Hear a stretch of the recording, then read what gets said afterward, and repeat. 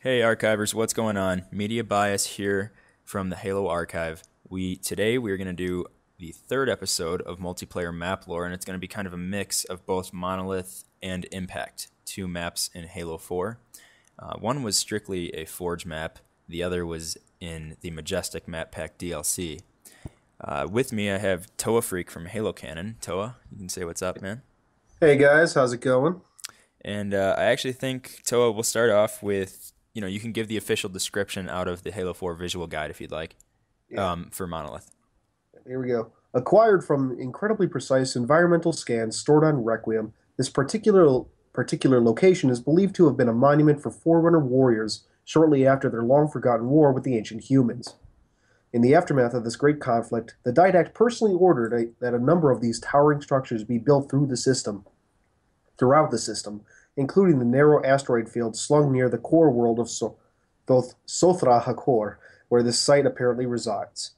While the validity of this hypothesis may be questioned, the scans acquired are incredibly compelling and clearly convey the majesty of Forerunner architecture.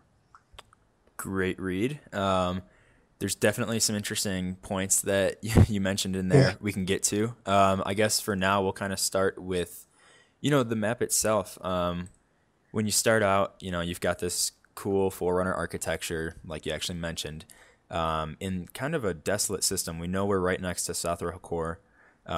So we're in the Hakor system, which is where the last battle of Forerunners and humanity was fought. And right when you start, and you had pointed this out, Toa, I didn't think about the star system, but and I didn't even notice this until now, but in the middle of the map, above the middle base, on the top, there's kind of this, it's kind of like a pyramid, upside down pyramid type thing, and then it starts moving, and it projects almost. You mentioned a star system, possibly. Yeah, I mean, you see these objects that are very clearly orbiting, like a center of mass, or the structure, which some have suggested may very well may be a map of the Hakor system. Yeah, So, and that'd be pretty cool too. I mean, it's like they put that in there. It definitely seems it kind of makes the map feel like it's alive. When you absolutely. go into it, you've got we've got the two bases now. These are probably mostly for aesthetics. Would be the red side, the blue side, but there are some strange symbols on each side that are different than the other. You could kind of, I guess, wonder what those are. We know there's plenty. Forerunners loved symbols. Uh, Yeah. but overall, it definitely feels. I mean, once you read the description of that, hey, this was the warrior servants monument. You can definitely. I don't know what it is, but it feels like it feels like it as well. Um, just with the type of architecture, if you look at some of the towers on each side, it almost is similar to the not exactly, but almost just the um, what's the word I'm looking for? The shape of Mantle's approach, Yeah, or definitely, or definitely the sounds. composer. Do you have anything else on the map itself that you can think of? Not exactly. I mean, most of it revolves around the holographic image at the center. The rest of it's mostly just aesthetic and geometry for gameplay. Sure, sure.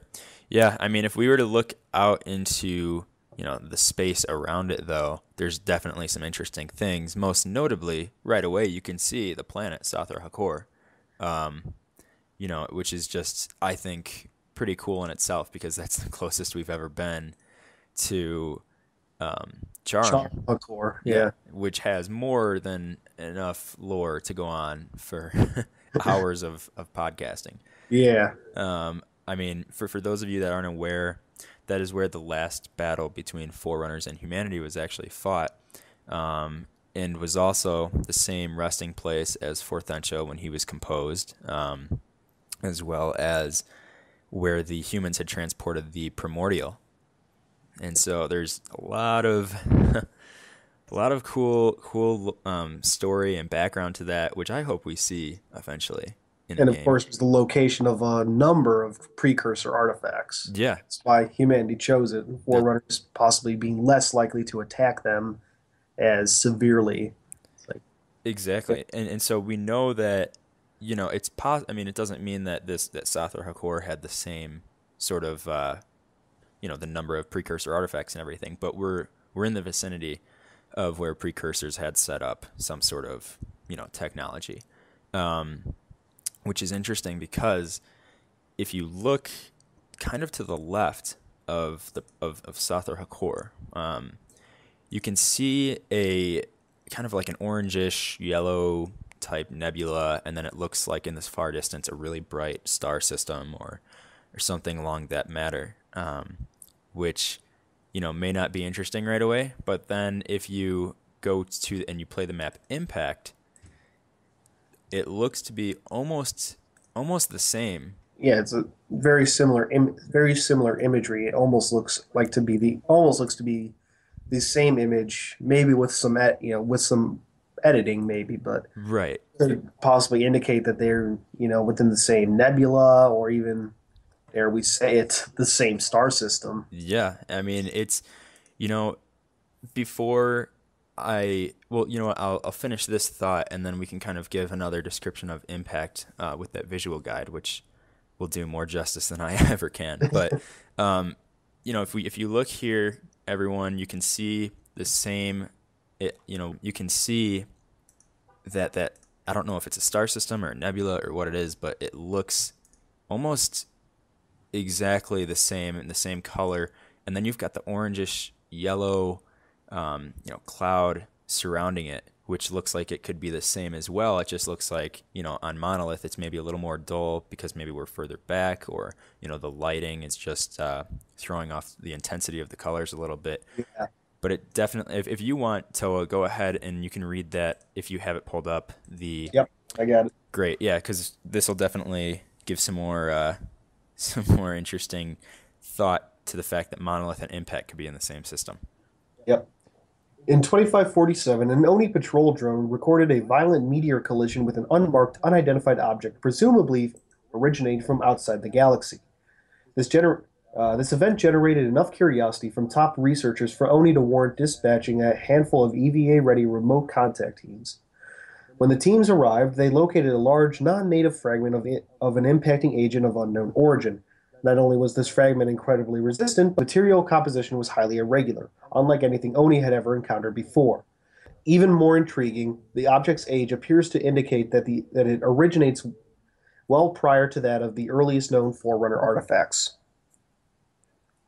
So, basically, guys, that what that means is that this rock that was in Impact, in the map here that you can see inside the base that UNSC built around it. Yeah, exactly. Originated from long before the earliest of known Forerunner artifacts, which I mean that's huge.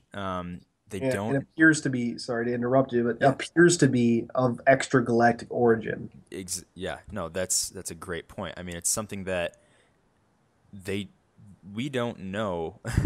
Humanity doesn't know like who or what it's from or when. And so all they know is that it's unknown and it's before anything they've seen Forerunner, which screams precursor, like like you had mentioned. Yeah. So, the reason we kind of tied Impact into Monolith is because, we can see that the systems look similar, but then also that this precursor, potentially precursor artifact, that would mean that it impacted in the Hakor system, which would make sense because we know that there were, more than enough precursor artifacts on something like Charam Hakor. So that really kind of ties both of these maps together in maybe a way that no one would have originally thought. Certainly. The other thing is, like I said, UNSC built a base there. Did it say Oni had inspected it too, Toa? Was Yeah. that Yeah, basically the facility we see on Impact is an Oni is it facility. Oni facility? Okay. Yeah, my apologies there. But yeah, so this is, To kind of recap, we've got Monolith with really, first of all, Monolith itself is just, I love the Forerunner architecture on that map. Just my personal opinion. Yeah. You've got the hologram that sets up in the beginning, and if you haven't seen it, I would recommend going to check it out. It's actually pretty cool. And Toa mentioned that it could be. I mean, we don't know for sure, but it could be a star system that it projects. Yeah. And so this is somebody else's theory. So if you're watching this and you identify, and this was you, just let us know so we can properly credit you. Oh yeah, I definitely, think, definitely. yeah. I'm sure other people have. I know I've seen So, this on forums and everything between the connection between these two maps. So yeah, if anyone is like, hey, they're stealing it, go ahead and comment on the video. We'll add you in. Don't worry. yeah. I um, believe I saw it on the archive, but I don't remember for sure. oh yeah, I'm sure we've talked about this before.